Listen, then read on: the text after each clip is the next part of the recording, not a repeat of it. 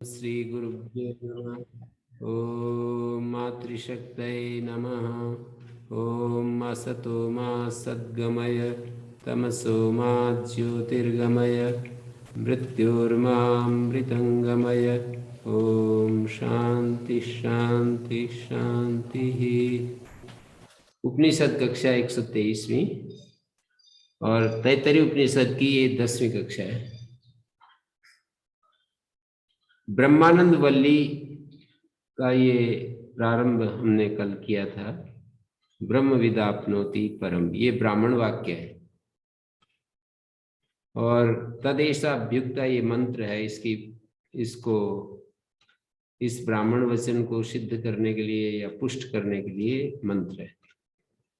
तदेशा अभ्युक्ता, ऋचा ऋग अभ्युक्ता, इस बात को प्रमाणित करने के लिए ये ऋचा कही गई है। ब्रह्म विदाप्नोति परम, ये जो वाक्य है सारी इस ब्रह्मानंद वल्ली का ये एक प्रकार से सूत्रभूत वचन है। तो इस वाक्य से जो बात बताई गई उसके लिए तदेशा, तद मानी तस्मिन ब्राह्मण प्रोक्ते अर्थे, तत् एक अव्यय है। तत् अव्यय है और अव्यय कभी तो ये तस्मात् अर्थ को देता है, कभी ये तस्मिन अर्थ को देता है, कभी ये तत् अर्थ को देता है। तत् और यत अव्यय होते हैं जो कि चादय सत्वे इस गण में पड़े हैं, तो उनका अर्थ तत् शब्द का, यत शब्द का अर्थ हमें जो चाहिए, जिस विभक्ति में चाहिए वो मिल जाता है। तो तदेशा अभ्युक्ता तस्मिन ब्राह्मणोक्ते अर्थे ऐसा ऋग अभ्युक्ता, ये ऋचा कही गई है। क्या? सत्यम ज्ञानम अनंतम ब्रह्म। ये इसकी कल हमने बहुत ही अच्छे से मीमांसा की थी कि ये वचन सत्यम ज्ञानम अनंतम ब्रह्म ये लक्षण वाक्य है और लक्षण वाक्य जो होते हैं वो लक्षण के द्वारा हम किसी वस्तु को लक्षित करते हैं, किसी चीज की परिभाषा देते हैं। सत्यम ब्रह्म, ज्ञानम ब्रह्म, अनंतम ब्रह्म, यद्यपि लगते तो ऐसे हैं कि ये ब्रह्म को विशेषित कर रहे हैं, सत्य, ज्ञान और अनंत। और विशेषण विशेष में एक बात होती है कि विशेषण भेदक होता है, विशेष्य भेद्य होता है, भेद्य भेदक भाव होता है विशेषण विशेष्य के बीच में। विशेषणम भेदकम विशेष्यम भेद्यम। पर विशेषण का एक स्वरूप और भी होता है, उपरंजक के रूप में भी विशेषण का प्रयोग होता है। विशेषण जो होते हैं कहीं उपलक्षण के रूप में प्रयुक्त होते हैं, कहीं उपाधि के रूप में, कहीं विशेषण के रूप में। तो जब विशेषण विशेषण के रूप में होता है तो विशेष्य के साथ हमेशा हमको दिखाई देता है। विशेषण भी दो तरह के हैं, ये बात समझने की है। जैसे नीलम उत्पलम में नीलम विशेषण है और सत्यम ब्रह्म, यहाँ भी सत्य विशेषण है, पर ये एक जैसे नहीं है। नील ब्रह्म अनिल ब्रह्म से भिन्न कर रहा है। जब हम कहते हैं नील उत्पल, नील उत्पल, तो नील उत्पल में जो उत्पल कहते हैं कमल को, तो नील कमल, ये जो वाक्य है अनील कमल से, यूं समझ लीजिए नील भिन्न श्वेत, लाल इत्यादि जो कमल के रूप हैं उनसे अलग कर रहा है। जब हम नील कमल बोलते हैं तो ये श्वेत को अलग कर रहा है, लाल को अलग कर रहा है। लाल कमल तो भिन्न कर दिया इसने, व्यावर्तन कर दिया। किसका? श्वेत का और लाल का व्यावर्तन कर दिया। तो ऐसे सत्यम ब्रह्म जब बोलेंगे तो नील भिन्न कमल ऐसा जैसे अर्थ होते हैं, तो सत्य भिन्न, कोई असत्य ब्रह्म तो होता नहीं है। तो इसलिए सत्य किसका व्यावर्तन करेगा? जैसे सत्य ब्रह्म हम बोले तो सत्य उसमें मिलेगा, सत्य गुण उसमें मिल रहा है, पर ये व्यावृत्ति करने वाला तो नहीं हो पा रहा है। मानी ब्रह्म कोई असत्य नाम का ब्रह्म इस अस्तित्व में है नहीं।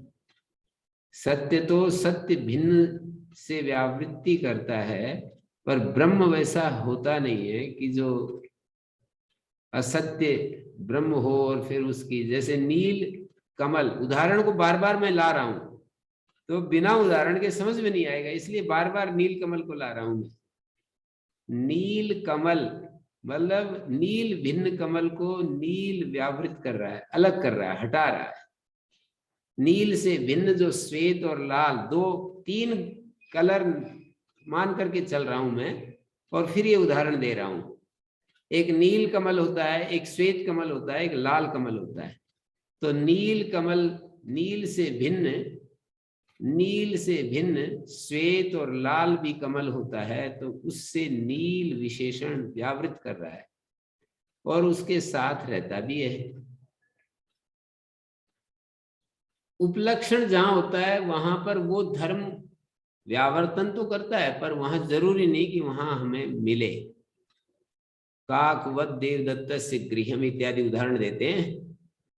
कौवे वाला देवदत्त का घर है, कभी कौवा देख लिया, कभी मानी 5 मिनट पहले, और किसी से पूछा कि देवदत्त के घर में जाना है, तो पहले जमाने में ऐसा होता था कि वो कहीं ऊंचे स्थान पर कौवा बैठा था, तो किसी ने कहा वो कौवा दिख रहा है आपको?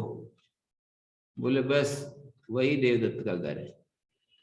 और जाते जाते कौवा गया उड़, फिर भी वो पहचान लेता है, क्योंकि वो उसी समय कौवे के साथ कोई और चिन्ह देख लेता है, स्थायी चिन्ह देख लेता है।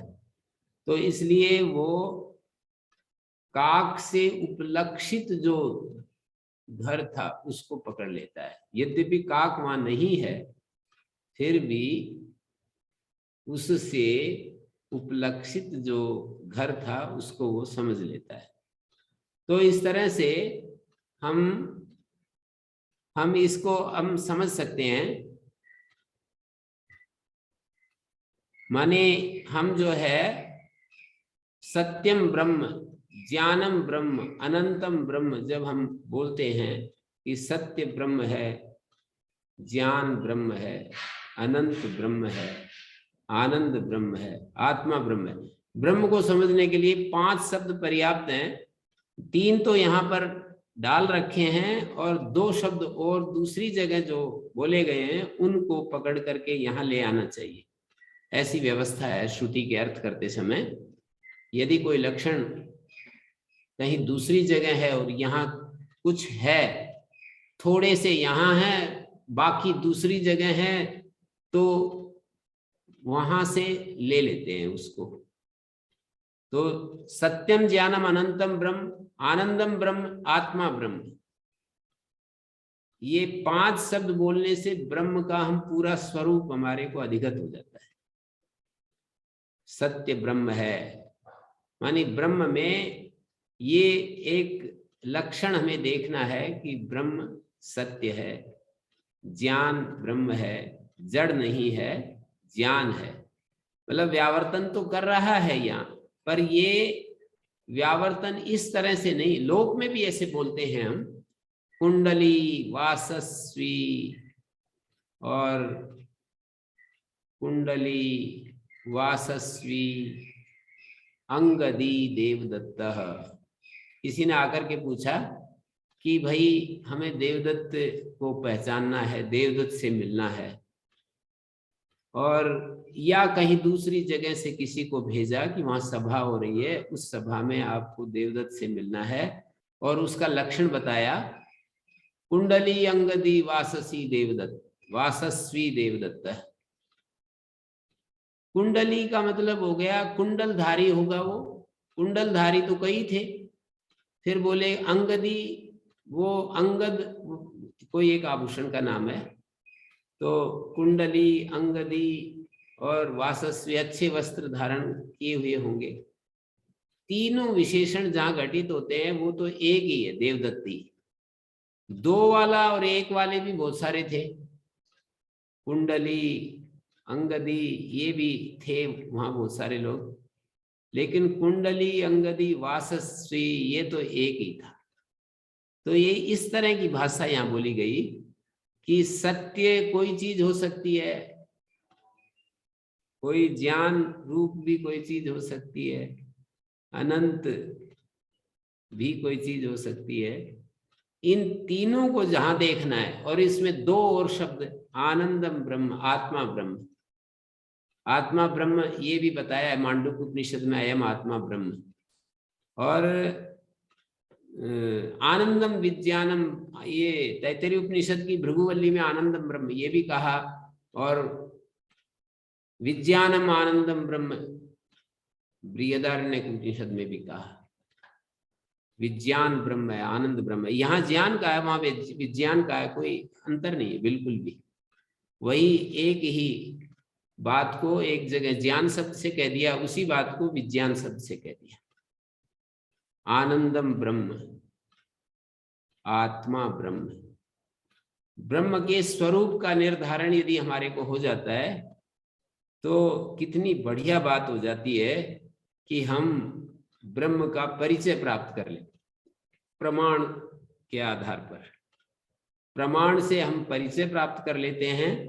यदि अपने प्रतिबंधकों को हटा देते हैं तो बस हम अनुभव भी प्राप्त कर लेते हैं।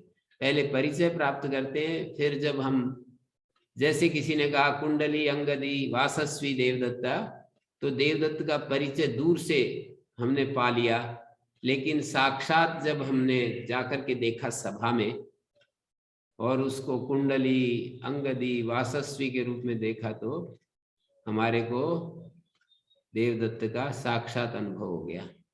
ऐसे सत्यम ज्ञानम अनंतम ब्रह्म, ये परस्पर नहीं जुड़ते हैं, सीधे ब्रह्म के साथ जुड़ रहे हैं। सत्य ब्रह्म है, एक बात कही, ज्ञान ब्रह्म है, दूसरी बात कही, अनंत ब्रह्म है, तीसरी बात कही। लेकिन परस्पर बाद में पार्श्विक अन्वय बोलते हैं, बाद में सत्य, ज्ञान और अनंत, इन तीनों का भी, जैसे क्रिया में कारकों का सीधा अन्वय होता है और कारकों का परस्पर बाद में अन्वय हो जाता है, पर पहले ही कारक आपस में अन्वित नहीं होते। अन्वित होना माने संबद्ध होना, आपस में उनका संबंध होना। तो देवदत्ता गवे अन्नम घासम आने तुम क्षेत्रम गच्छति, ऐसे मान लीजिए किसी व्यक्ति ने बोला वाक्य, तो यहाँ पर देवदत्ता गवे घासम आने तुम क्षेत्रम गच्छति, ये जो कारक हैं ये परस्पर अन्वित नहीं होते हैं, गच्छति में अन्वित हो रहे हैं,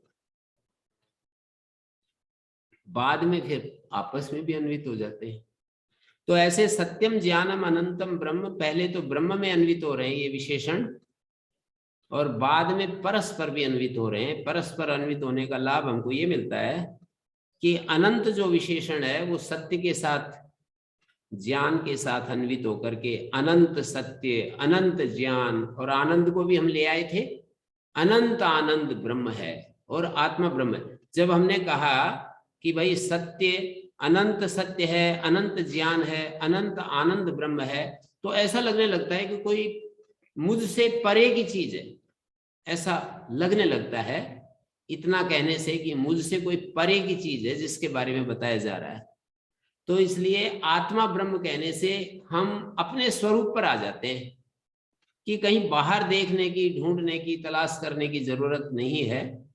कहीं तीर्थ स्थान पे जाकर तुम्हें ब्रह्म मिलेगा, किसी महापुरुष के पास जाकर मिलेगा, वो तो मार्ग दिखाएंगे, वैसा तो होता है, लेकिन अपने से अलग ब्रह्म को ढूंढने की बात नहीं। आत्मा ब्रह्म जब कह दिया तो हम अपने से हटेंगे नहीं, बिल्कुल अपने ऊपर केंद्रित हो जाएंगे, क्योंकि आत्मा को तो हम सब पहचानते हैं। मैं अपने आप को पहचानता ही हूं कि मैं हूं, लेकिन उसमें केवल इतना ही करना होता है कि ये मैं शब्द बहुअर्थक जैसा हो गया और ये बहुत सारे अर्थों में मिश्रण होकर के प्रयुक्त होने लगा।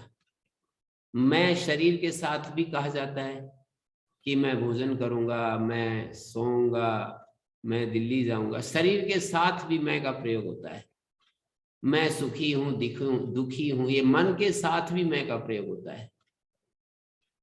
मैं शास्त्र पढ़ रहा हूं या बुद्धि के साथ भी मैं का प्रयोग होता है।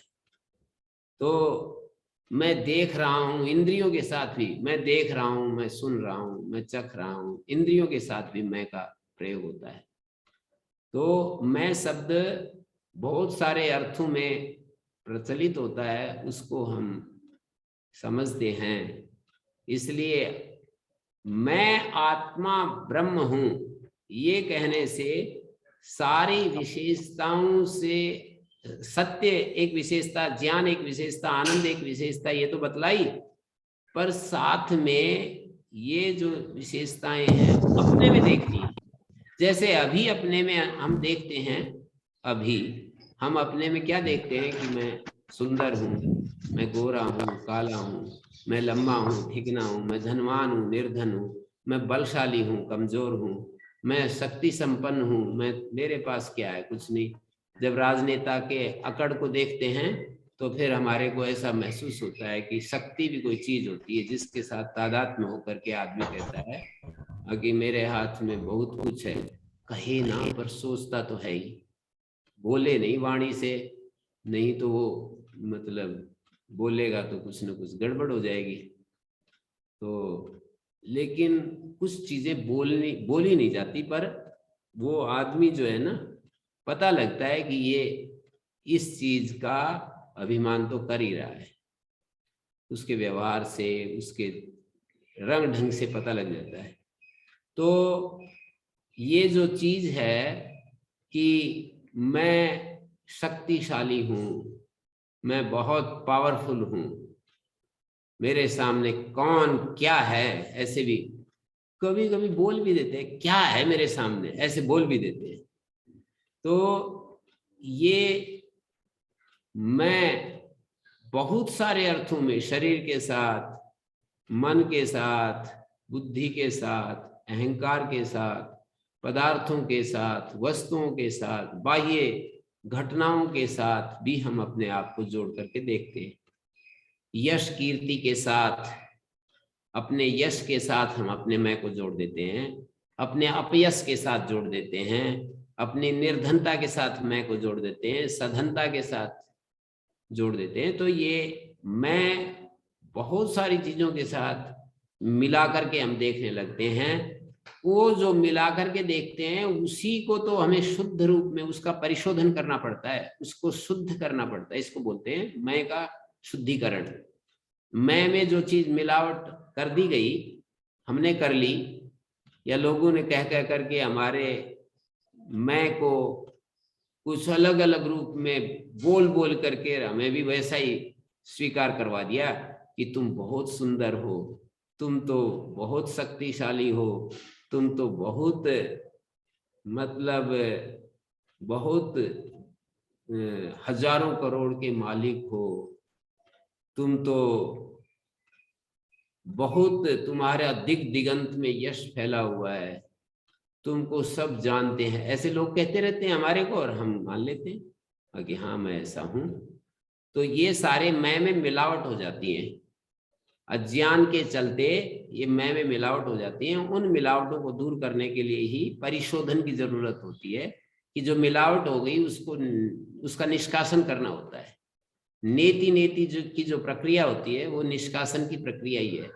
हम उसको हटाते रहते हैं, हटाते रहते हैं, और जब सब चीजें जितनी मिलावट थी सारी हटा दी गई तो फिर शुद्ध मैं बचता है। शुद्ध मैं को हम आत्मा कहते हैं। शुद्ध मैं जो है वो आत्मा होता है, और उसको यहाँ पर ब्रह्म तत्व, ब्रह्म शब्द से कहा जाता है। सारी मिलावटों को हटाने के बाद जो बचता है, शेष रहता है, निषेध करने के लिए जब कुछ भी ना बचे, न इति, ये भी आत्मा नहीं है, ये भी शुद्ध आत्मा नहीं है, ये भी शुद्ध आत्मा नहीं है, ऐसे करते करते जब कुछ बचे ही नहीं निषेध करने के लिए, तो फिर जो कहोगी सब कुछ को हटा देंगे तो फिर तो कुछ बचेगा ही नहीं। फिर ऐसा नहीं है। सब कुछ को हटाने के बाद सब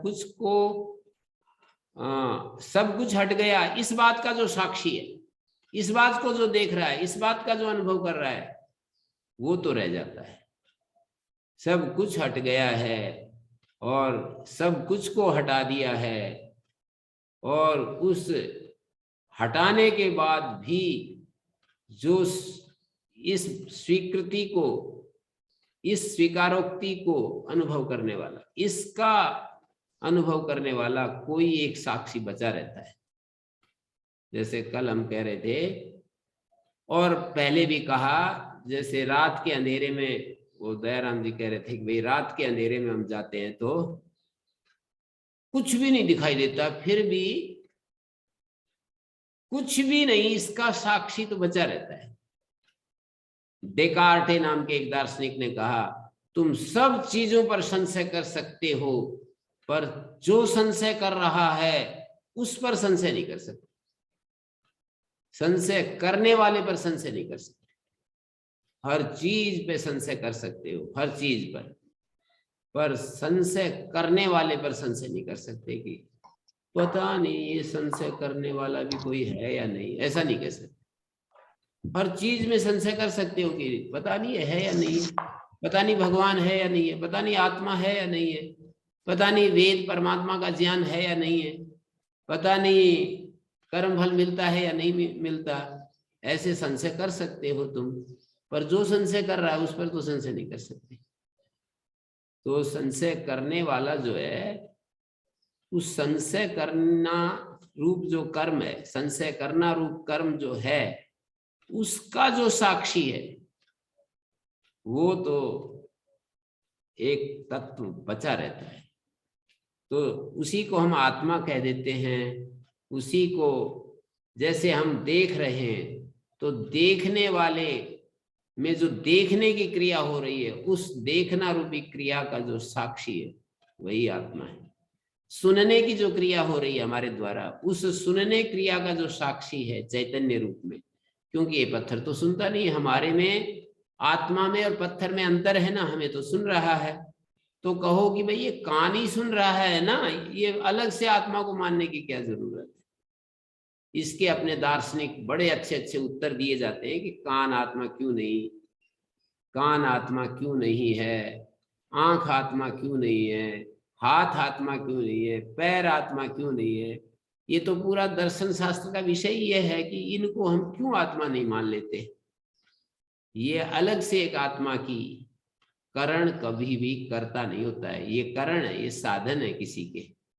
ऐसे बहुत सारे तर्क युक्तियां दी जाती हैं कि हमारे भीतर आत्मा एक ही है और वो इन साधनों के साथ द्वारा ये सब क्रियाएं करता है। श्रुति प्रमाण के द्वारा, युक्ति प्रमाण के द्वारा, अनुमान प्रमाण के द्वारा चीजों को सिद्ध किया जाता है। तो यहाँ पर ये जो बात चल रही है कि यो सत्यम ज्ञानम अनंतम ब्रह्म, सत्य ज्ञान और अनंत ब्रह्म है। इसका मतलब सत्य ब्रह्म, ज्ञान ब्रह्म, आनंद ब्रह्म, और उसके साथ एडजेक्टिव लगा लीजिए अनंत ब्रह्म। तो ठीक है, अनंत ब्रह्म का मतलब होता है देश काल और वस्तु से अपरिच्छिन्न ब्रह्म। लेकिन इस अनंत शब्द को सत्य ज्ञान और आनंद के साथ भी जोड़ा जाएगा। अनंत जो है दोहरी भूमिका निभा रहा है। एक तो सीधा ब्रह्म को लक्षित कर रहा है कि भाई अनंत ब्रह्म का मतलब देश से अपरिच्छिन्न ब्रह्म है, काल से अपरिच्छिन्न ब्रह्म है, वस्तु से अपरिच्छिन्न ब्रह्म है। कोई दूसरी वस्तु यदि होती है तो वो एक वस्तु दूसरे वस्तु को परिच्छिन्न करती है कि ये वस्तु भाई आगे बढ़ती गई, अब इसकी एक सीमा आ गई, तो ये यहां से आगे नहीं जाएगी, दूसरी वस्तु आते ही और उस वस्तु की सीमा खत्म। जैसे एक गाय खड़ी है और एक घोड़ा खड़ा है, तो कहेंगे ये जो गोत्व है, ये गोत्व जिसमें रहता है उसको गो कहते हैं, अश्वत्व जिसमें रहता है उसको अश्व कहते हैं।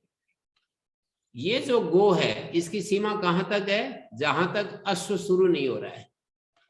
पास पास खड़े थे तो गो की सीमा वहां पर खत्म होगी जहां से अश्व आरंभ हो रहा है। यदि एक ही वस्तु हो, एक ही चीज हो, जैसे हम प्राणी कहें, अब प्राणी जो है, प्राणी की सीमा जो है वहां जाकर के पत्थर आ गया एक, तो वहां समाप्त होगी। गाय थी, भैंस थी, बकरी थी, ऊंट था, मनुष्य थे। अब ये सब चलते गए जाकर के उसकी सीमा आ गई, एक पत्थर सामने खड़ा हुआ मिला, तो हम कहेंगे कि ये प्राणी है, ये अप्राणी है, ऐसे विभाग हो गया ये। अब प्राणी और अप्राणी दोनों के लिए एक सत शब्द का प्रयोग कर दिया हमने। अब सत शब्द में तो सारी चीज आ गई, कोई बचा ही नहीं ऐसा। अब इसको आप ऐसे नहीं कह सकते हो कि भाई ये सत है और ये सत नहीं है, मानी प्राणी और अप्राणी दोनों के लिए सत शब्द का प्रयोग होगा। तो दोनों के लिए जब सत शब्द का प्रयोग हो रहा है प्राणी अप्राणी के लिए, तो वही अनंतता है। ये नहीं कह सकते कि ये ब्रह्म ये नहीं है। कारण और कार्य की दृष्टि से इसको देखना पड़ेगा, कारण और कार्य की दृष्टि से देखना पड़ेगा कि कारण का कार्य में अनुवर्तन रहता है, कारण कार्य में व्याप्त रहता है, जैसे मिट्टी और मिट्टी। और इसको समझने के लिए युक्ति से तो आप इस बात को खंडित कर सकते हो, लेकिन श्रुति जब सामने आ जाए तो सिर झुकाना पड़ता है। सदैव सौम्यदम अग्र आसीत एकमेव द्वितीयम। श्वेत केतु, तुम उस आदेश को जानते हो जिसको जान लेने के बाद सब कुछ जान लिया जाता है। श्वेत केतु उलट कर प्रश्न करता है, ऐसा कौन सा आदेश है, मैंने तो नहीं जाना कि एक को जान लेने से सब कुछ जान लिया जाता है, आप ही बताइए। उन्होंने कहा कि एक मिट्टी को जान लेने से सारे मिट्टी के बने हुए पात्रों को जान लिया जाता है, एक सोने को जान लेने से सोने के बने हुए जितने भी आभरण हैं उन सब को जान लिया जाता है। वाचारंभणम विकारो नामधेयम मृत्तिका इत्येव सत्यम स्वर्णम इत्येव सत्यम लोह लोहम इत्येव सत्यम। ऐसे मतलब एक लोहे को जानने से लोहे के बने हुए सारे जो उसके जो अलग अलग जो उसके यंत्र हैं वो सब जान लिए जाते हैं। स्वर्ण को जान ले, स्वर्ण के आभूषण सब जान लिए जाते हैं। वाचारंभणम, वो जितने भी नाम हैं केवल वे तो आते हैं जाते हैं। वाचारंभणम विकारो मृत्तिका इत्येव सत्यम, इससे क्या ध्वनित हो रहा है, ध्यान देने की बात है। वो कह तो देते हैं कि भाई ये उपनिषदों में जगत मिथ्या की बात कहाँ आ गई, ये कैसे निकाल ली। कुछ बातें ऐसी होती हैं जो साक्षात वो शब्द न होते हुए भी और एक शब्दांतर से उसको कह दिया जाता है। वाचारंभणम विकार नामधेयम मृत्तिका इत्येव सत्यम, इत्येव लगा करके बोले मृत्तिका ही सत्य है, मृत्तिका के बने हुए जो विकार है वो असत्य है, वो अनृत है। मृत्तिका के बने हुए जो विकार है, जो आए जाए वो असत्य, और जो हमेशा रहे वो सत्य। मृत्तिका तो जब वो सिकोरा, घड़ा, तवा और हांडी सभी रूपों में मृत्तिका तो रहती है। जब वो हांडी नहीं है तब भी मृत्तिका है, हांडी बन गया तो भी मृत्तिका है। तो इस तरह से ये जो सत है उसके ये सारे रूप जितने दिखाई देते हैं, ये सारे अलग अलग रूप जो दिखाई देते हैं, ऐसे आंख खोलते ही चारों तरफ हम आंखें घुमाते हैं, ये सारे ही सत के रूप हैं। सत मानी चैतन्य और जो प्रकृति है, इन दोनों का जो समुदित रूप है उसको सत कहते हैं। कारण का, ये कार्य का जो बीज है उसको सत कहते हैं। कार्य का, समस्त कार्य का जो बीज है उसको सत कहते हैं। उसको प्राण भी कह देते हैं, उसको सत भी कह देते हैं, अव्याकृत भी कह देते हैं, कई कई सारे नामों से कह देते हैं। उसके गुण, संस्कृत में उसके गुण धर्मों को सामने रखते हुए कह देते हैं। मतलब उसके जो गुण धर्म हैं वो हमारे को उसके एक एक गुण धर्म को बताने के लिए अलग अलग एक एक शब्द कह दिया जाता है। सदित्येव सत्यम तत्सत्यम स एष अणिमा तद आत्मविदुम सर्वम तत्सत्यम स आत्मा। सारे शब्दों को बार बार दोहराया, 9 बार दोहराया है, एक बार नहीं 9 बार रिपीट किया है कि स एष अणिमा, वह ये अणिमा है। अणिमा का मतलब अणु। ये धर्म और धर्मी का अभेद करके निर्देश कर दिया। मतलब अणिमा तो धर्म होता है, पर धर्मी जो है, संस्कृत में एक व्यवस्था है, संस्कृत जानने वाले जानते हैं इस बात को, कि कभी कभी बिना भाव प्रत्यय के भी धर्म का निर्देश कर दिया जाता है। व्याकरण वालों के लिए उदाहरण दे रहा हूं, बहुसु बहुवचनम। बहुसु का अर्थ होता है बहुत्व। बहु जो शब्द है वो तो धर्मी परक है, लेकिन अर्थ किया गया व्याकरण में बहुत्व। द्वे गैर द्विवचनिक वचन में द्वित्व और एकत्व अर्थ किया जाता है। मानी कभी कभी धर्मी वाचक शब्द धर्म के लिए प्रयोग हो जाता है, और कभी कभी इससे उल्टा भी होता है। उल्टा भी होता है किस तरह? धर्मवाचक शब्द का धर्म का जो आश्रय है उसके लिए प्रयोग हो जाता है। धर्म का जो प्रयोग, जैसे सैष अणिमा, भूमा के प्रसंग में भी ऐसे कहा, भूमा ये विजिज्ञासितव्या, भूमा महत है और बाकी अल्प है। यत्र नान्यत पश्यति नान्यत शृणोति नान्यत विजानाति स भूमा। जिस अवस्था में जब अन्य को नहीं देखता, अन्य को नहीं सुनता, अन्य को नहीं विचारता है, नहीं जानता है, नहीं मनन करता है, वो भूमा है। भूमा तो धर्म पर निर्देश है, बहुर भाव भूमा, और यहां कह दिया धर्मी के रूप में स भूमा। तो धर्मी का ही निर्देश भूमा शब्द से कर दिया। स भूमा स बहु, स बहु ये अर्थ के अर्थ में भूमा शब्द का प्रयोग कर दिया। जैसे सैष अणिमा, वह अणु है, वह सूक्ष्म है। अणिमा का मतलब वह सूक्ष्म है। जैसे स भूमा, वो भूमा है, वह अणु है। धर्म परक निर्देश है, लेकिन धर्मी को बता रहा है। ये बात समझ में धीरे धीरे हमारे को भी धीरे धीरे आई है, बड़ी मुश्किल से आई है। इतने संस्कृत भाषा को खूब पढ़ते भी ऐसी ऐसी छोटी चीजें भी हमारे को बहुत ही निकट भूतकाल में ही समझ में आई है, इतने विचार करने के बाद, कि भाई ये भाषा का किस तरह से प्रवाह है, ये देखा जा करके, उसके अंदर घुस करके तो पता चला कि कहीं धर्मी को धर्म के रूप में निर्देश कर रहे हैं, कि धर्म का धर्मी के रूप में निर्देश कर रहे हैं। धर्मवाचक शब्द है, लेकिन धर्मी को बताता है। सैष भूमा, सैष अणिमा, ये सब और भी बहुत सारे मिलेंगे। और कहीं धर्मी वाचक शब्द को धर्म के लिए बता दिया जाता है।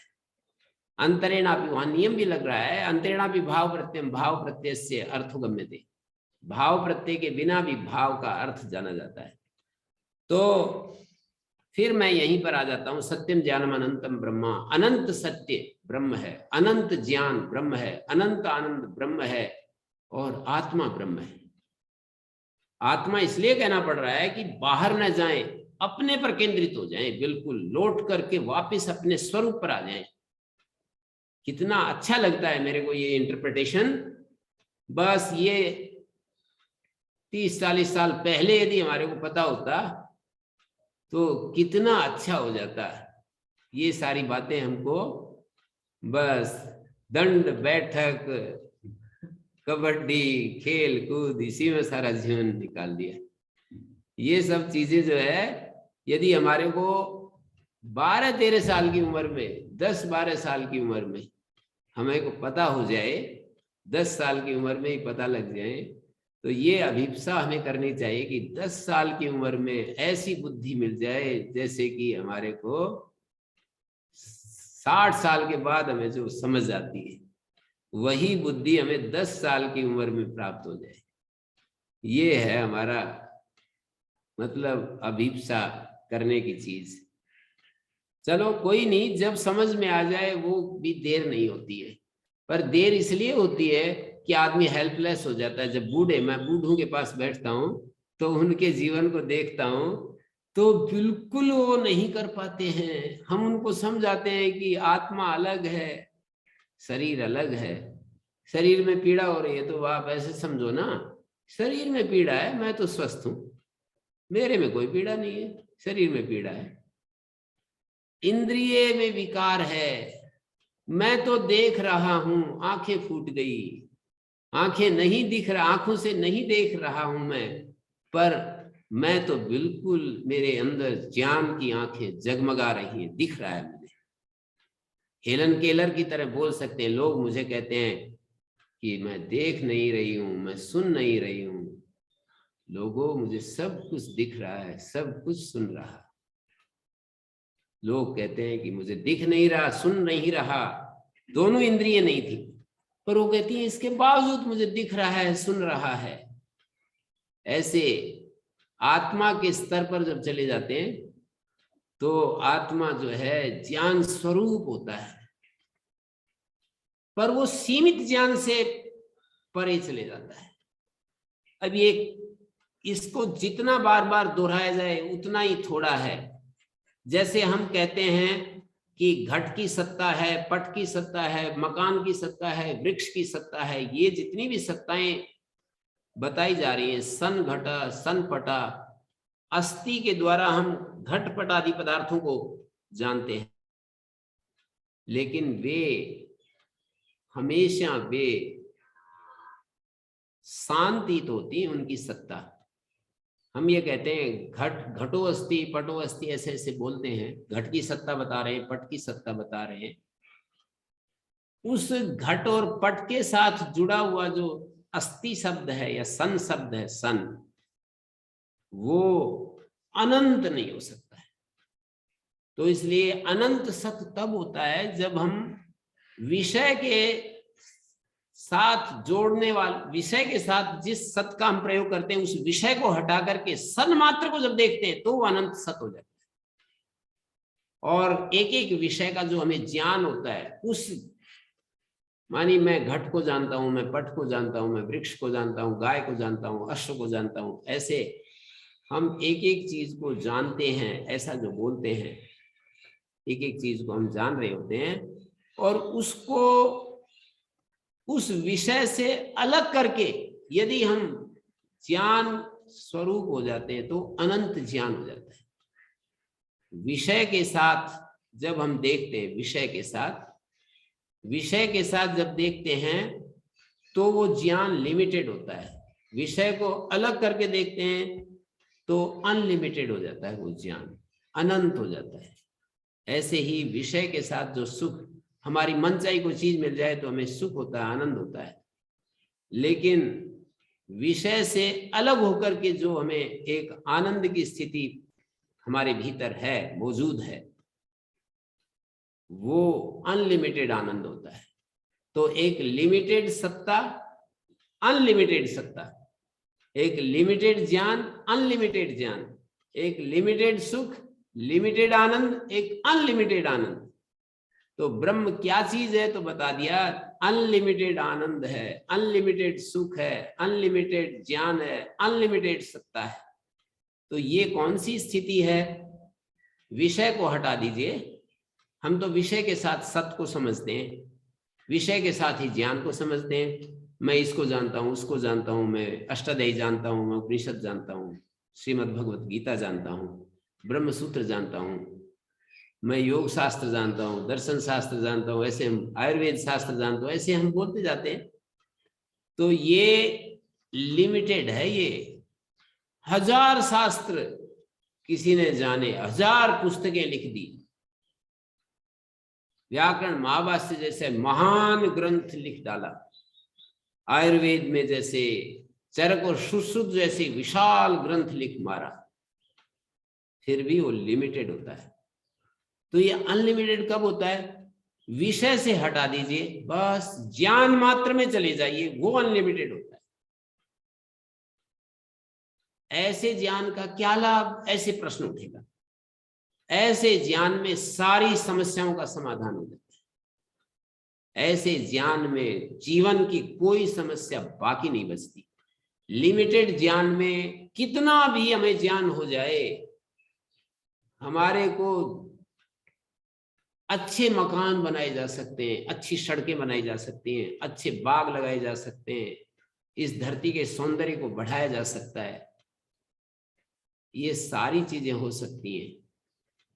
विमान बनाए जा सकते हैं, कंप्यूटर बनाए जा सकते हैं, विज्ञान का विकास किया जा सकता है। बैठे बैठे हम बातें करते रहते हैं और आप लोग इस ऑनलाइन कक्षाएं सुनते रहते हैं। ये सारा विज्ञान का चमत्कार सब स्पष्ट है, सब कुछ हो सकता है, लेकिन समस्याओं का समाधान, सुनने वालों की समस्याएं समाधान नहीं हो पा रही है, बोलने वाले की भी समस्याओं का समाधान नहीं हो पा रहा है, सुनने वाले की समस्याओं का भी समाधान नहीं हो पा रहा है।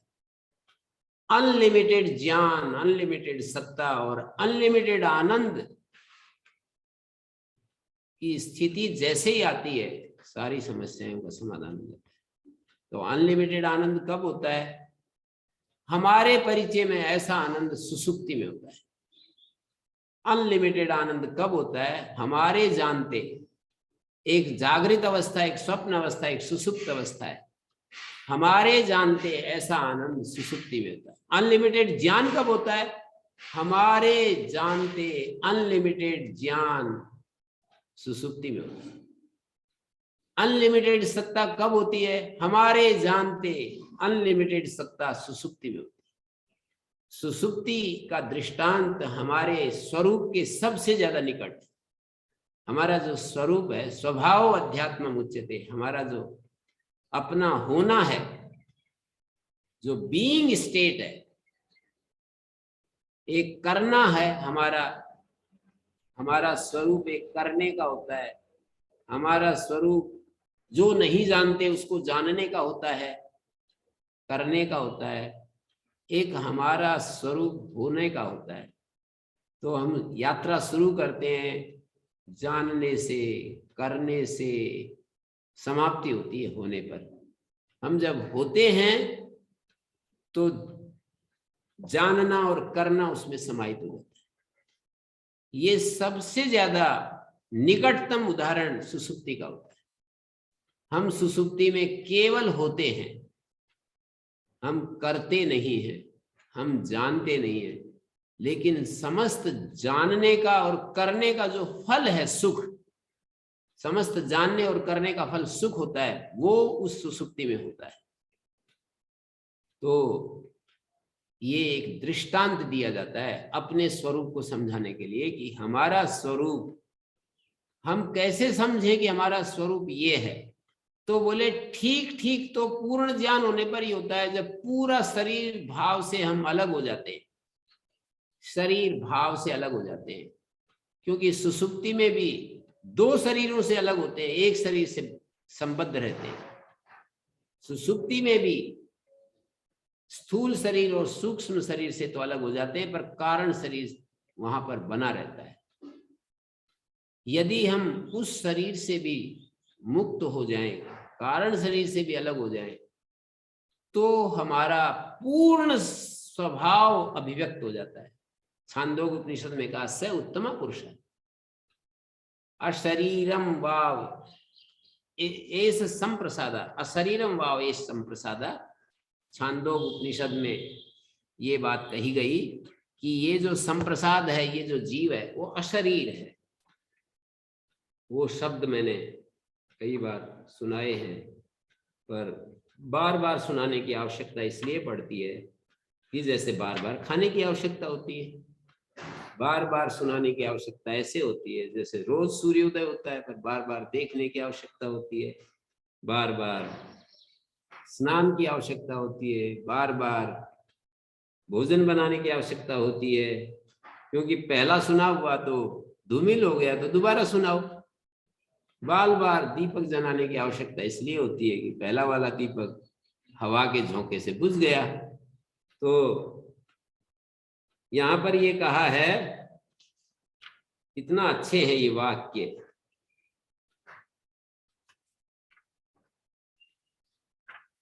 8वें अध्याय के 12वें खंड में ये एवं एष संप्रसादो, ये शरीर निश्चय ही मरणशील है, मघवन मर्त्यम वायदम शरीरम आत्म मृत्युना, ये शरीर मरणशील है, मृत्यु से गृहीत है। मृत्यु ने, महर्षि दयानंद ने इस वाक्य का अर्थ किया है, शेर के मुंह में बकरी की तरह ये शरीर मृत्यु के मुंह में, मृत्यु से सर्वदा ग्रस्त है। तदस्य अमृतस्य शरीरस्य, इस प्रकार अमर अशरीरी आत्मा का उपलब्धि स्थान ये शरीर है, उपलब्धि स्थान ये शरीर है।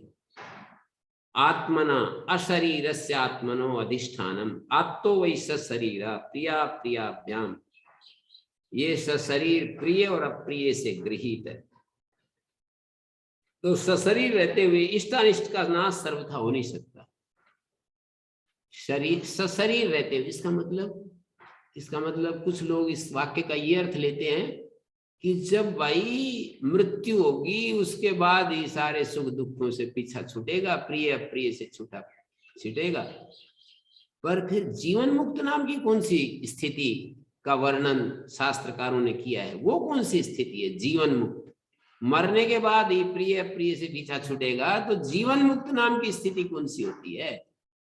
तो हार करके स्वीकार करना पड़ता है कि भाई जीवन मुक्त तो जीते हुए ही मुक्त होना चाहिए। मुक्त किससे? समस्त दुखों से, समस्त अज्ञान से। दो ही चीजें है ना, दुख और अज्ञान। या तो दुख से मुक्ति चाहिए, अज्ञान से मुक्ति चाहिए। पर अज्ञान किस चीज का? अपने स्वरूप को न जानना ही तो अज्ञान है। शरीर से अलग अपने स्वरूप को न पहचानना, यही तो अज्ञान है। अज्ञान से मुक्ति का ये मतलब नहीं कि एटम कैसे कार्य करता है, सूर्य में क्या क्या रासायनिक क्रियाएं हो रही हैं, पृथ्वी कैसे घूमती है, पृथ्वी में कहां पर कोयला निकलता है, कहां सोना चांदी निकलता है, हमारा ब्रेन कैसे काम कर रहा है, हमारे भीतर ब्लड कैसे तैयार होता है, और ये ब्लड का सर्कुलेशन कैसे चल रहा है, हार्ट कैसे बीट करता है, कैसे हमारे फुफ्फुस लंग्स कैसे कार्य करते हैं, ये सारा ज्ञान तो अल्प के अंतर्गत आता है, सीमा के अंतर्गत आता है। जब हम कहते हैं असीम ज्ञान, इमेजरेबल जो ज्ञान है, जिस ज्ञान को मापा नहीं जा सकता, वो कौन सा है? परम शांत हो जाना, मन की क्रिया को रोक देना, योगश्चित्त वृत्ति निरोधा, मन की क्रिया को रोक देने का नाम ही असीम ज्ञान में प्रवेश करना है। मन की, बुद्धि की, यदा पंचावतिष्ठन्ते ज्ञानानि मनसा, सारे ज्ञान जब रुक जाते हैं, मन भी जब रुक जाता है, इंद्रियां भी रुक जाती हैं, बुद्धि से न विचेष्टति, 7 चीजों को गिनाया, 5 ज्ञानेंद्रियां, मन और बुद्धि जब रुक जाते हैं, ताम आहु परमाम गति, वो परम गति कहलाती है। यदा सर्वे प्रमुच्यन्ते कामा ये से हृदि सदा, सारी कामनाएं जब छूट जाती हैं, जो हमारे हृदय में कामनाएं राज्य कर रही हैं, वो सारी छूट जाती हैं। अथ मर्त्यो अमृतो भवति अत्र ब्रह्म समश्नुते, ये मर्त्य प्राणी तत्काल अमृत हो जाता है। यदा सर्वे प्रभिद्यन्ते कामा ये से हृदि सदा अथ मर्त्यामृतो भवति एतावध्यनुशासन, इतना ही अनुशासन है, इतना ही सारे शास्त्रों का निचोड़ है। तंत्र की बात यही है। क्या बात है? यद्वा यदा सर्वा प्रभिद्यन्ते, हृदय से ही ग्रंथया, हृदय की वासना रूपी गांठें इच्छाओं के रूप में जो पैदा होती है, वे सारी छिन्न भिन्न हो जाती हैं। ये मर्त्य प्राणी अमृत हो जाता है, ब्रह्म हो जाता है। मरण धर्मा ये अमृत हो जाता है। एतावध्यनुशासनम, इतना ही उपदेश है, इतना ही शास्त्रों का सार है। तो यहाँ कह रहे हैं कि भाई ये शरीर तो मृत्यु से जकड़ा हुआ है। अशरीरो वायु अब्रह्म विद्युत स्तनयितनु अशरीराणि एतानि तद्यथा एतानि अमस्माद् आकाशात् समुत्थाय परम ज्योतिरूप संपद्य स्वेन रूपेण अभिनिष्पद्यन्ते। एवं एक दृष्टांत दिया और एक दृष्टांत दिया कि वायु अशरीर है, बादल अशरीर है, विद्युत अशरीर है, स्तनयितनु अशरीर है। तद्यथा एतानी, ये जितने भी अशरीर हैं, वायु दिखाई नहीं देती ना, जब वायु चल नहीं रही होती है उस अवस्था की बात कर रहे हैं। आकाश में बादल नहीं होते हैं, उस अवस्था की बात कर रहे हैं कि बादल अशरीर है। बिजली कड़क नहीं रही, बिजली चमक नहीं रही, उस अवस्था की बात कर रहे हैं कि अशरीर। लेकिन सावित्र ज्योति को पाकर के आकाशात समुत्थाय, आकाश के साथ एक रूप हो रही है ये वायु, अभ्र, विद्युत, स्तनयित्नु, आकाश के साथ एक रूप हो रही है। जब सावित्र ज्योति को पाकर के परम ज्योति रूप संपत्ति का मतलब सावित्र ज्योति को प्राप्त करके स्वेन रूपेण अभिनिष्पद्यन्ते, ये वायु, ये अभ्र, ये विद्युत, ये स्तनयित्नु अपने अपने परिचय में आने वाले रूप में आ जाते हैं, अपने वास्तविक रूप में आ जाते हैं। अशरीर सशरीर, अशरीर वायु जो है हमारे परिचय में आ जाता है, अर्थात ये वायु चलती हुई नजर आती है, ये बादल दिखने लगते हैं, ये विद्युत चमकने लगती है, स्तनयित्नु कड़कने लगती है। ऐसे ही एवं एवेश संप्रसादो अस्मात् शरीरात्, ये हमारा जो आत्मा है, सुसुप्त अवस्था में जो आत्मा है, वो इस कारण शरीर से भी उठ करके, क्योंकि सुसुप्त में स्थूल शरीर सूक्ष्म शरीर से तो अलग हो गया, पर कारण शरीर अभी बाकी, कारण शरीर से अलग होकर के परम ज्योति रूप संपद्य, उस अपनी वो जो वास्तविक ज्योति है, परमात्म ज्योति है, उसको पाकर स्वेन रूपेण अभिनिष्पद्यते, अपने वास्तविक स्वरूप में आ जाता है। ये जो सुसुप्त अवस्था वाला जो जीव है वो अपने वास्तविक स्वेन रूपेण अभिनिष्पद्यते, स उत्तमा पुरुषा, उसको उत्तम पुरुष कहते हैं, उसको उत्तम पुरुष शब्द डाला है। गीता में कहा द्वौ इमौ पुरुषो लोके क्षरश्च अक्षर एव च क्षरा सर्वाणि भूतानि कूटस्थो अक्षर उच्यते। दो पुरुष हैं, ये सारे भूत क्षर स्वरूप हैं। क्षरण हो रहा है, पहले बालक होते हैं, फिर जवान होते हैं, फिर क्षरण होता जाता है, क्षरण होता जाता है। क्षरा सर्वाणि भूतानि कूटस्थो अक्षर, अव्याकृत जिसको प्रकृति कहते हैं वो कूटस्थ है। यस्मात् क्षरम अतीतो हम अक्षरादपि चोत्तमा तस्मा लोके च वेदेत प्रथिता पुरुषोत्तमा।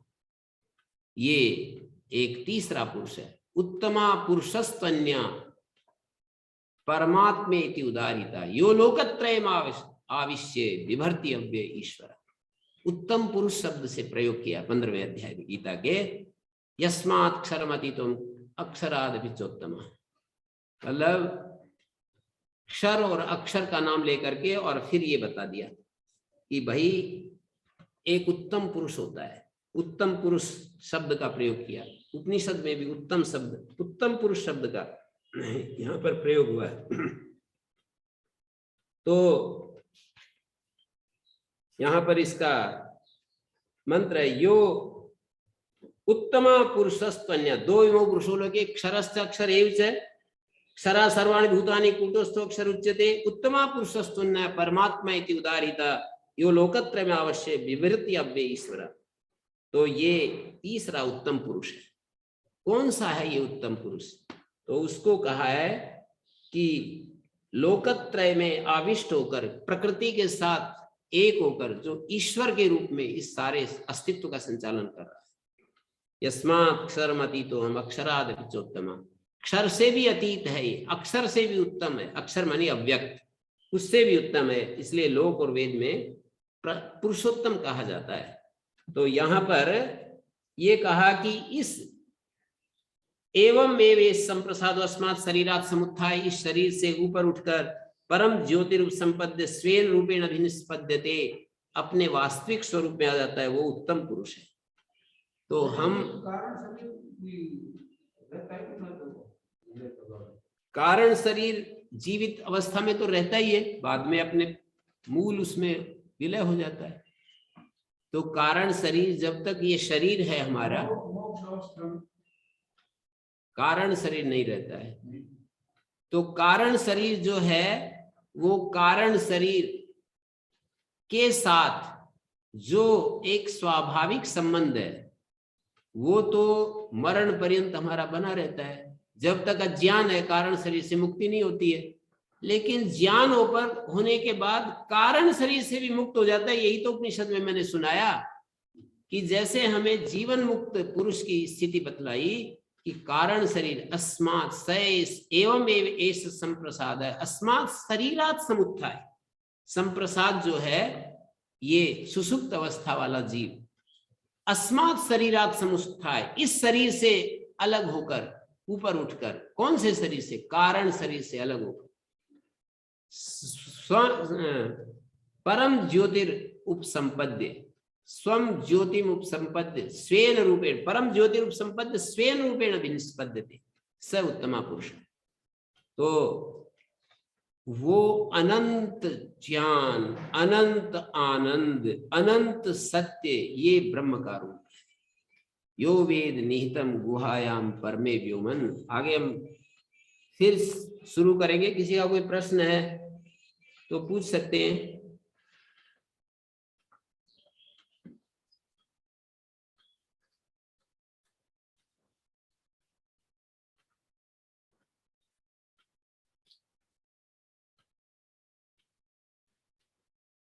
हाँ जी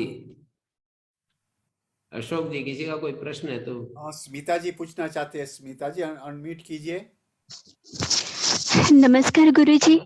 जी जी गुरुजी, स्वकेंद्रित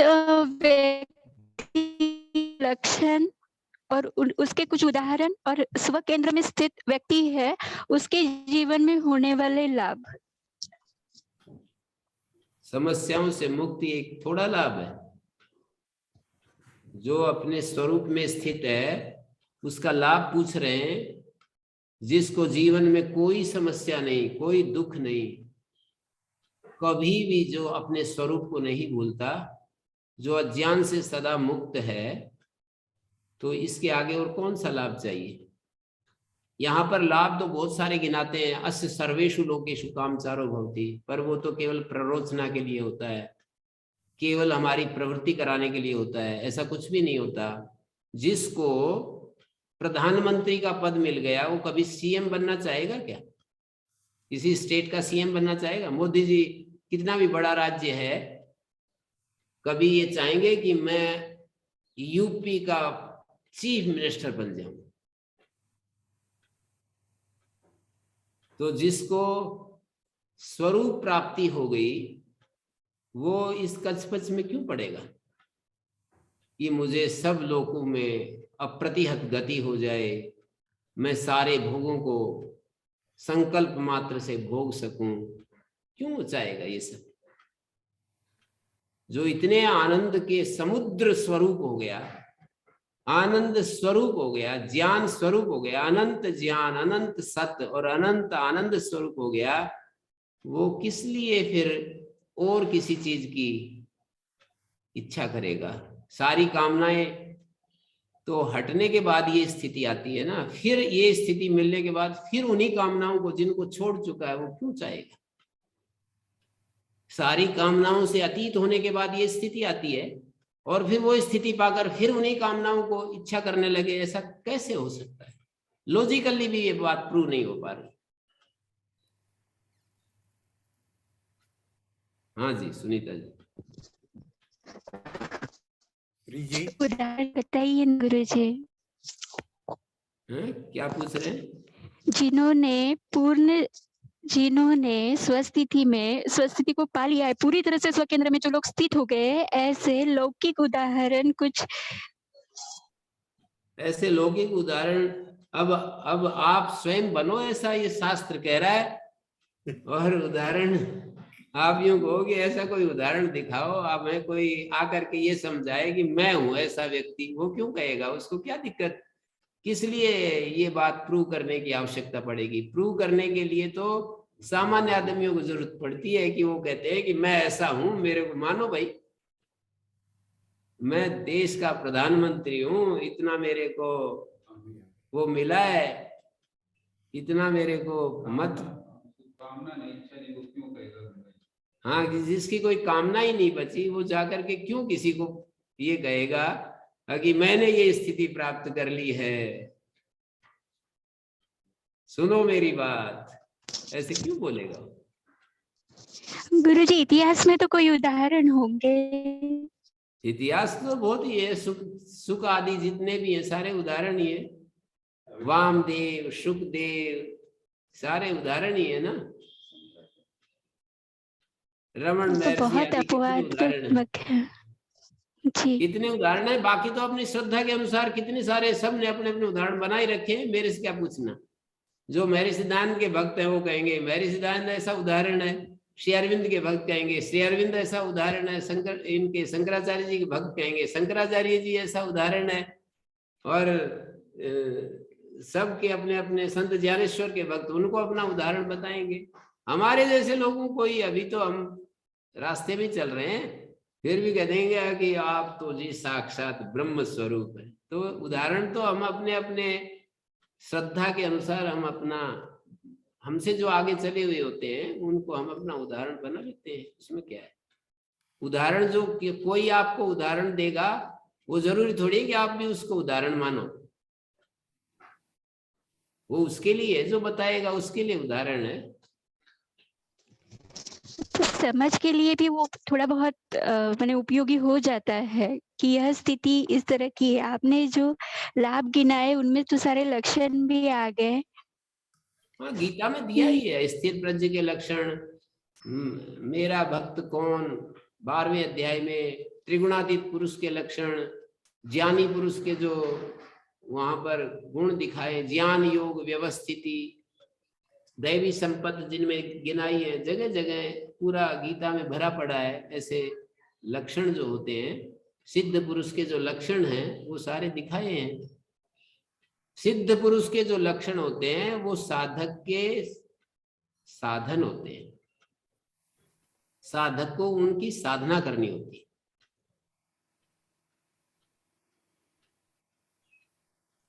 तो इसमें मतलब इसमें हमारे को संशय रहित विश्वास ही सहयोग करेगा कि भाई ऐसे अनेक उदाहरण हुए हैं, कितने सारे उदाहरण हुए हैं। महाभाष्य में आता है 88 सहस्राणि ऊर्ध्वरेत्साम ऋषिणाम बभूवु, 88,000 ऊर्ध्वरेता ऋषि हुए। मतलब कैसे वो काउंटिंग की पता नहीं, पर प्रमाण तो है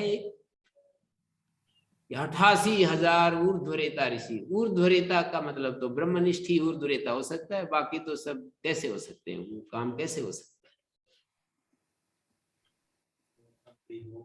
शरीर से अलग अपने आप को समझना जो होता है वो ही इस तरह की स्थिति को प्राप्त कर सकता है। शरीर, तीनों शरीरों से जो मुक्त हो जाएगा, शुकदेव आदि का उदाहरण खूब हमारे को कानों में पड़ रहा है।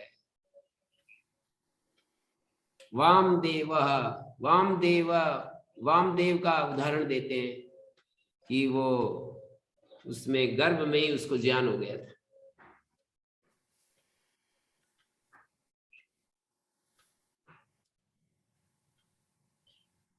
हाँ जी अशोक जी, ठीक है। श्री जी को कुछ पूछना था मेरे ख्याल। श्री जी अनम्यूट कीजिए। हाँ जी, हाँ गुरुजी प्रणाम। मेरा प्रश्न था, आपने थोड़ी देर पहले समझाया था कि जो विषय के साथ आनंद है और विषय को हटा देने वाला जो आनंद है, आपने कहा कि विषय को हटा देने से आनंद अनलिमिटेड हो जाता है और वो आनंद हमें सिर्फ सुषुप्ति अवस्था में ही प्राप्त होता है। यदि हम उसको दृष्टांत के रूप में खोजना चाहें, हमारे निकटतम कोई लक्षण जहां ये इस अनलिमिटेड आनंद का लक्षण कहीं हमारे इर्द गिर्द यदि हम ढूंढना चाहें तो सुषुप्ति अवस्था है। बाकी वो भी आनंद जैसा है, पूर्ण आनंद नहीं है। लेकिन प्रश्न ये उठता है गुरुजी कि सुषुप्ति अवस्था में हमें तो कोई ज्ञान ही नहीं हो रहा है। हम वो तो पूर्ण इतने ज्ञान कहता है शास्त्र, और आप कह रहे हो ज्ञान ही नहीं हो रहा है। नहीं, मेरा कहने का मतलब है कि हम तो इतने अनफॉर्चुनेट हैं कि हमें मालूम ही नहीं है कि हम उस अवस्था में हैं या नहीं। बाद में तो मालूम होता है ना, बाद में हम कहते हैं बड़ा आनंद आ गया। हाँ, ये कहते हैं, बिल्कुल कहते हैं, बिल्कुल और कहते हैं। ना किंचित अवेद, ना हम किंचित अवेदिशम ऐसे बोलते हैं, कुछ पता ही नहीं चला, ऐसा कहते हैं। तो किसी भी चीज का पता न चलना, तभी हमें संपूर्ण रूप से हम अपने ज्ञान स्वरूप में होते हैं। जी किसी बाह्य बोध से जब रहित हो जाते हैं, जैसे मेरे को शब्द भी नहीं सुन रहे, रूप भी नहीं दिख रहा, स्पर्श भी नहीं, गंध भी नहीं, रस भी नहीं, मन में कोई संकल्प नहीं, इच्छा नहीं, कोई भी हमारे को कोई अहंकार नहीं, ये सारे अभाव जब हो जाते हैं तब हम पूर्ण ज्ञान की स्थिति में होते हैं। नहीं तो लिमिटेड ज्ञान में रहेंगे। जितना मेरे को, मैं अपने को एक राजा समझता हूं तो उतना ही तो मेरे को ज्ञान है कि मैं राजा हूं। मेरे को, मैं एक व्याकरण का अध्यापक हूं तो इतना ही तो मेरे को ज्ञान है कि मैं व्याकरण का अध्यापक हूं। मानी जो मैं नहीं जानता वो तो अनलिमिटेड है, और जो मैं जानता हूं वो थोड़ा सा है। उस थोड़े से को भी यदि हम हटा दें तो हम पूर्ण उसमें अनलिमिटेड ज्ञान में आ जाते हैं। जी जी, धन्यवाद।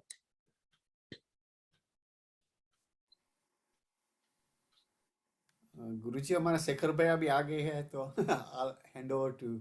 हाँ शेखर जी। जी प्रणाम गुरु जी, प्रणाम।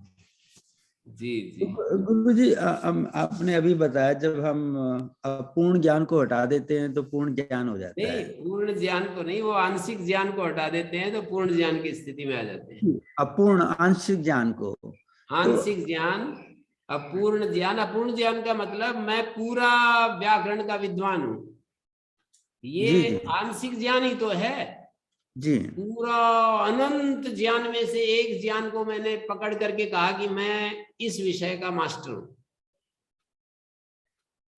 हम अपने आप को उस विषय से रहित जो ज्ञान है, ज्ञान स्वरूप हमारा होता है, ज्ञप्ति स्वरूप होता है। दीपक अंधेरे में जल रहा है, रंगमंच पर बहुत सारे लोग अभिनेता अपना अपना अभिनय कर रहे हैं, तो दीपक उन अभिनेताओं को भी प्रकाशित कर रहा है, दर्शकों को भी प्रकाशित कर रहा है। सारे एक एक करके निकल जाते हैं तो दीपक, केवल दीपक मात्र शेष रह जाता है। यही ज्ञान की स्थिति उदाहरण में समझने के लिए हो सकती है कि हमारा ज्ञान एक एक विषय को प्रकाशित कर रहा होता है। ये ज्ञान जब किसी विषय को प्रकाशित नहीं करे तो उस समय अनंत ज्ञान होता है। ऐसे ही एक एक सत्ता के साथ जुड़े हुए सत शब्द के द्वारा हम एक एक सत्ता को बताते हैं। अनंत सत हो जाता है जब हम किसी भी उसको हटा देते हैं, विषय के साथ जो सत्ता है उसको हटा देते हैं तो सत अनंत हो जाता है। अनंत सत, अनंत ज्ञान, अनंत आनंद। ये कितना अच्छा है, इसको जितना आप सोचते जाएंगे, हमारे भीतर एक आनंद का समुद्र लिए हुए घूम रहे हैं। आनंद का समुद्र, ज्ञान का समुद्र, सत्ता का समुद्र हमारे भीतर है। सत्ता का समुद्र है, ज्ञान का समुद्र है, आनंद का समुद्र है, फिर भी भिखारी जैसे व्यवहार कर रहे हैं।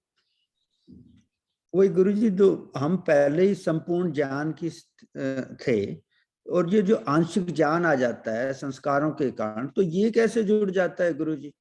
अब वही कि भाई अंडा पहले आया क्या मुर्गी पहले आई, उस वाली बात आ जाती है। हम संपूर्ण ज्ञान में थे तो हम नहीं, संपूर्ण ज्ञान में थे ऐसा मत बोलिए। संपूर्ण ज्ञान में, ज्ञान हमारा स्वरूप है, थे कहाँ थे? कभी भी संपूर्ण ज्ञान में, अनंत ज्ञान में हम अभी तक तो हुए नहीं है। हम संपूर्ण ज्ञान के करीब जरूर पहुंच जाते हैं निद्रा में। संपूर्ण ज्ञान की स्थिति हमारी नहीं आई है आज तक। यदि आ जाती तो हम मुक्ति हो जाते। उन लोगों की बात कर रहा हूं जो मुक्ति से पुनरावृत्ति नहीं मानते, उन लोगों की बात कर रहा हूं मैं। जो मुक्ति से पुनरावृत्ति मानते हैं वो तो ये कहेंगे कि कितनी बार हम मुक्त हुए हैं, कितनी बार आए हैं, कितनी बार गए हैं। पर दार्शनिक दुनिया में ऐसे भी लोग हैं जो मुक्ति से पुनरावृत्ति नहीं मानते हैं। ज्यादा ऐसे ही लोग हैं जो मुक्ति से पुनरावृत्ति नहीं मानते, ज्यादा लोग ऐसे ही हैं। तो उन लोगों की मैं बात कर रहा हूं। तो इसका मतलब हमारी यात्रा यहां तक तय हुई है जितने आज हमारी स्थिति है। कभी कभी थोड़ा आगे भी बढ़े होंगे, पर बहुत आगे बढ़ने के बाद बहुत नीचे नहीं जाते हैं। बहुत आगे बढ़ने के बाद वास्तव में यदि हम आगे बढ़ जाते हैं तो थोड़ा सा नीचे गिरते हैं, फिर सड़क के ऊपर चले जाते हैं, थोड़ा नीचे होते हैं फिर सरक जाते हैं, ऐसे होता रहता है। जी गुरु जी। ओम भगवान। जी भगवान, ये आध्यात्म मार्ग में ऐसे लगता है हम तो बिल्कुल एक नवजात शिशु जैसे हैं, और कोई हम बात अपने नहीं, से लगने कुछ तो फिर क्या परेशानी क्या है। हम अपने से नवजात कुछ नहीं शिशु कर पाते। जैसे हैं, यदि ऐसा लगता है तो इसमें क्या बात है। नवजात शिशु लगेंगे तब तो माता अपने आप रक्षा करेगी, हमारी क्या जिम्मेदारी। यदि नवजात शिशु हो गए तो फिर तो कुछ समस्या ही नहीं बचती है, माता पीछे पीछे घूमेगी। पर नवजात कह रहे हैं हम, नवजात शिशु की स्थिति कहाँ आती है हमारी। नवजात शिशु तो नवजात की शिशु की स्थिति में माता सोएगी नहीं, हमारे पीछे पीछे घूमती रहेगी। ये हमारी जो ऋषि मुनि वैदिक सिद्धांत में है कि मानते हैं मुक्ति से द्वार नहीं है। जी